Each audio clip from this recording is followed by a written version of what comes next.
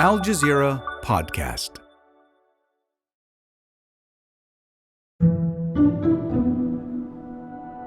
Orin considers Essequibo to be a paradise.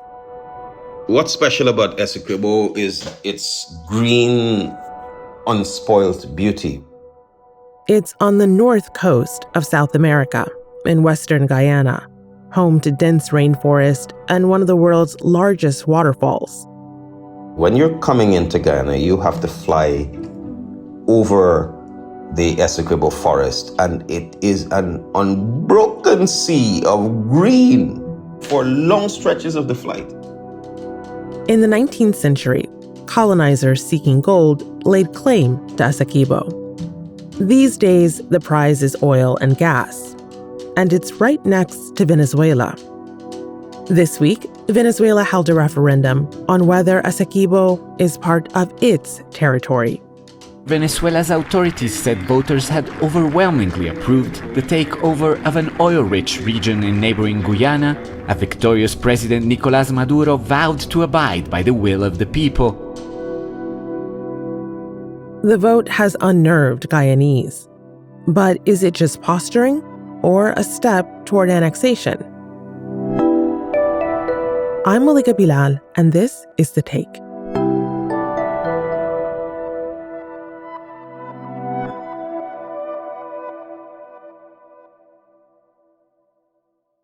Let's start with an introduction. It's been a while since you've been on the podcast, although welcome back, Alessandro. So why don't you give us your full name and tell us who you are and what you do? My name is Alessandro Rampietti. I am Al Jazeera English correspondent in Colombia, and it's always a pleasure to be here with you. Pleasure to have you. So let's start with a geography lesson, because a lot of people may not be familiar with where Essequibo is. It's a province of Guyana that borders Venezuela. It's rich in oil and gas, and Venezuela claims it's part of its territory. What is this claim based on, and is it legitimate? The answer is it's complicated. It is indeed a part of Guyana. It borders with Venezuela. It's a very large territory, 160,000 square kilometers, so it's bigger than Ireland, for example. It's mostly made of thick jungle and has a very small population, around 125,000 people, who right now are Guyanese citizens. They speak English. Yet, this used to be Venezuela's territory in Spanish colonial times. And since then, Venezuela has always said that this territory belongs to them. And if you talk to Venezuelans, there is very little controversy about that inside the country. Venezuelans learn that the Essequibo is theirs. Venezuela claims it's actually the rightful owner. There is very little controversy that Venezuelans agree that that territory belongs to them. Even the maps that Venezuelan children study in school have the Essequibo as part of Venezuela, but as disputed territory. On Tuesday, President Maduro presented a new official map of Venezuela with the Essequibo officially part of the country. Is it legitimate? It's probably unclear to most, and this is because there is a long story behind this dispute. This territory was essentially given to what was at the time British Guyana back in 1899 through an international arbitration. But Venezuela has always considered that arbitration fraudulent. And then Venezuela has been trying to recover that territory since the 1960s, when Guyana gained its independence from the United Kingdom. The negotiations were happening with the mediation of the United Nations, but then tensions sort of flared after 2015 when Guyana discovered large deposits of oil in the waters in front of the Essequibo that were not part of the 1899 decision. So that's something that has never been essentially defined. So in 2018, Guyana decided to go to the International Court of Justice, which is the UN highest court, to try and find a resolution. So much there to unpack. So we're going to do our best here because, as you mentioned, I think the banner for this conversation is it's complicated. So one of the first things you said was about this map. Venezuelan President Nicolas Maduro on Tuesday night declared a new map of Venezuela, and it incorporated the Essequibo region of Guyana. President Maduro stood in front of a galvanized government pledging to launch Venezuelan oil and mine development in the oil-rich region of Essequibo and asking Guyanese companies to withdraw their operations from the area. And that came after a referendum on Sunday in which his government organized this vote to annex it. Tell us about this referendum. What happened? The Venezuelan government decided that it wanted to get sort of popular approval for their actions to try and claim this territory. So they organized a referendum that is mostly symbolic and organized a large campaign. And we saw President Nicolas Maduro campaigning hard for weeks to try and convince people to turn out and vote in favor of essentially annexing this territory and allowing for the creation of a new Venezuelan state in the Essequibo. And they went on with this referendum, and then on Sunday night, Venezuelan electoral authorities said that there was a huge turnout and that 95% of the votes were in favor of Venezuela taking over this territory. After the vote, the government announced what seems like a pretty high vote tally, as you mentioned, but there are also questions about how many people actually participated in the referendum. How do you parse that apart?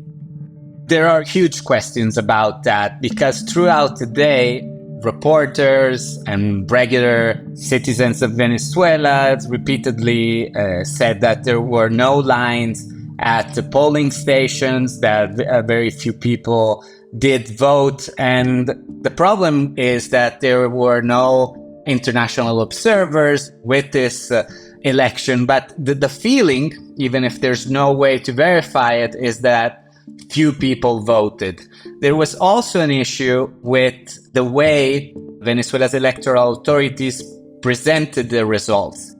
Originally, they said that they had counted 10.5 million votes, but they didn't talk about voters, they talked about votes. And given the fact that the referendum had 5 questions, it wasn't clear what they meant. After the break, the politics behind this vote.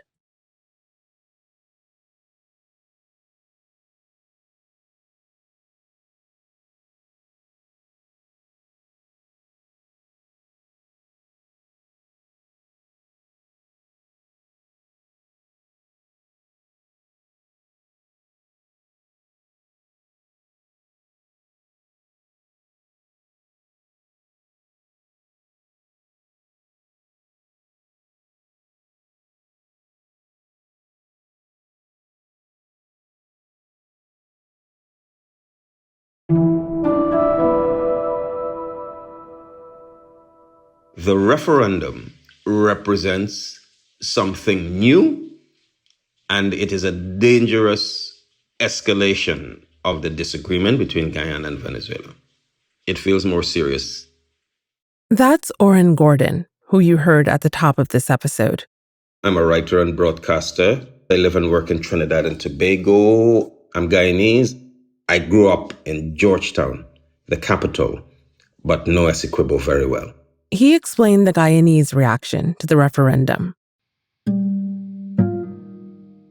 There's been a flurry of patriotic feeling, rallies in various parts of the country.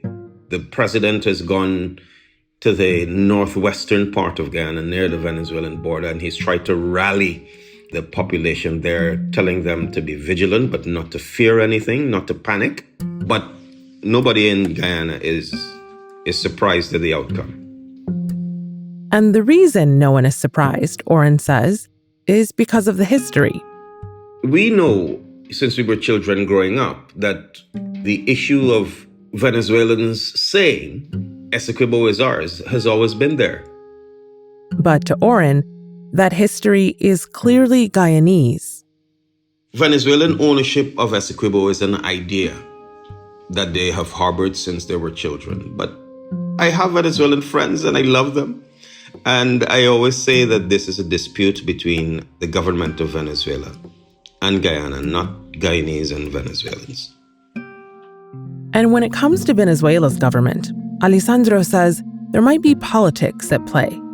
President Nicolas Maduro is up for re-election, and some opposition candidates have been banned from running. I think that it's all connected in a way because it all has to do with next year's presidential elections in 2024. And that's because most observers believe that this referendum has as much to do with international politics than with domestic politics. And many are also seeing this as a way, if the situation escalates, to eventually be able to postpone those elections. And this obviously plays into the fact that Venezuela is negotiating with the United States, with the opposition, a series of reforms to allow for what the US is demanding, which is free and fair elections. The Biden administration on Wednesday eased tough sanctions on Venezuela's oil sector. The move comes after a deal reached between the Venezuelan government to begin lifting bans that kept opposition party candidates from running in elections next year.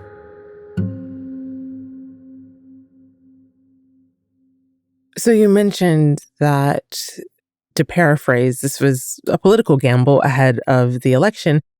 Do observers and analysts that you talk to think that this was a smart move? Do enough Venezuelans care about this issue to make them want to rally and then vote for him again? The problem is we don't exactly know what happened with the referendum and how many people indeed went out to vote. It's clear that Maduro feels if there are free and fair elections, he is likely to lose power. So stirring up a sort of a geopolitical crisis will at least open new scenarios, including the possibility of an excuse to postpone those elections as a way to hold on to power. And we heard from Maduro already announcing a series of things, among them now a new law that he asked Congress to pass to essentially create a new state in the Essequibo. So essentially we're going to have to see what will happen, and also the possibility, the risk of a military escalation. I want to expand on that last point because that is the latest that we know of. On Tuesday, Maduro called for a bill to create what's called a Guyana Essequibo province. And he ordered Venezuelan companies to prepare to enter the region to explore for fossil fuels and minerals immediately. So this seems like it's only going to get more tense when it comes to this struggle between Guyana and Venezuela. What do you foresee happening next? Good question. I don't think anybody really knows. But I don't expect him, at least not for now, to move troops inside the territory, for example. Maybe the exploration will happen in the waters outside of the Essequibo, where that have never really been defined. internationally.